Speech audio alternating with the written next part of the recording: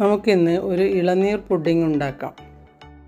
ഒരു ഇളനീരിൻ്റെ കാമ്പ് മിക്സിയിലിട്ട് അടിച്ചെടുക്കാം. ഒരു പാക്കറ്റ് ചൈന ഗ്രാസ് കൂടി വേണം.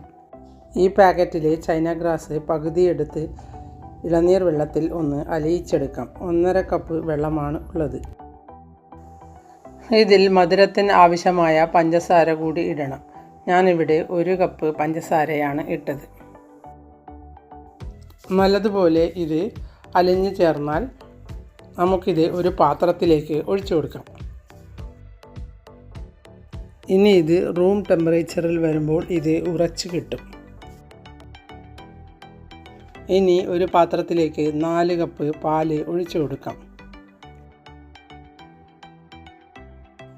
ഈ പാലിലേക്ക് മധുരത്തിന് ആവശ്യമുള്ള പഞ്ചസാര ഇട്ട് കൊടുക്കാം.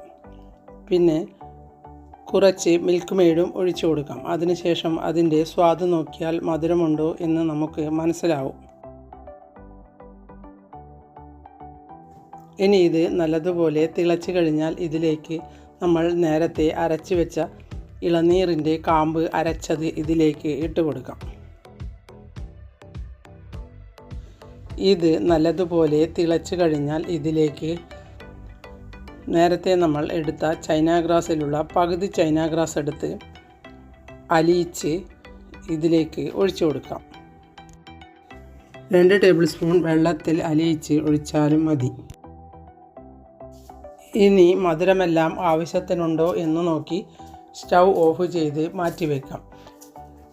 നേരത്തെ നമ്മൾ ഉണ്ടാക്കി വെച്ച ഇളനീർ വെള്ളം കട്ടയായോ എന്ന് നോക്കാം.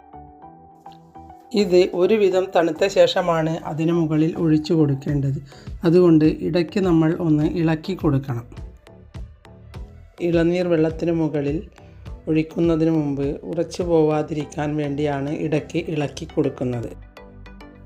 ഇനി ഇളനീരിൻ്റെ വെള്ളം ഉറച്ചു കഴിഞ്ഞാൽ നമുക്ക് കത്തി കൊണ്ട് ഒന്ന് മുറിച്ച് മാറ്റി വയ്ക്കാം.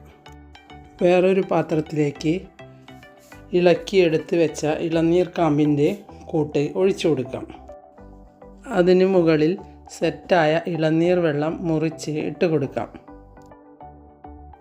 അപ്പോൾ ഇത് ഇടയ്ക്കിടെ ഇങ്ങനെ ഇടകലർന്നിട്ടുണ്ടാവും. ഇത് കാണാൻ നല്ല ഭംഗിയാണ്, സ്വാദുമാണ്. ഇത് മുറിക്കുമ്പോൾ ഗ്ലാസ് പോലെ ഉണ്ടാകും. ഇത് ഫ്രിഡ്ജിൽ വെച്ച് തണുപ്പിച്ചെടുക്കാം. രാത്രി ഉണ്ടാക്കി പകൽ എടുക്കുന്നതാണ് നല്ലത്. ഇനി ഇതെല്ലാം നല്ലതുപോലെ ഫ്രിഡ്ജിൽ വെച്ച് തണുപ്പിച്ചെടുക്കാം. ഇനി തണുത്ത ശേഷം ഫ്രിഡ്ജിൽ നിന്നെടുത്ത് നമുക്ക് കമഴ്ത്തിയെടുത്ത് മുറിച്ച് കഴിക്കാവുന്നതാണ്.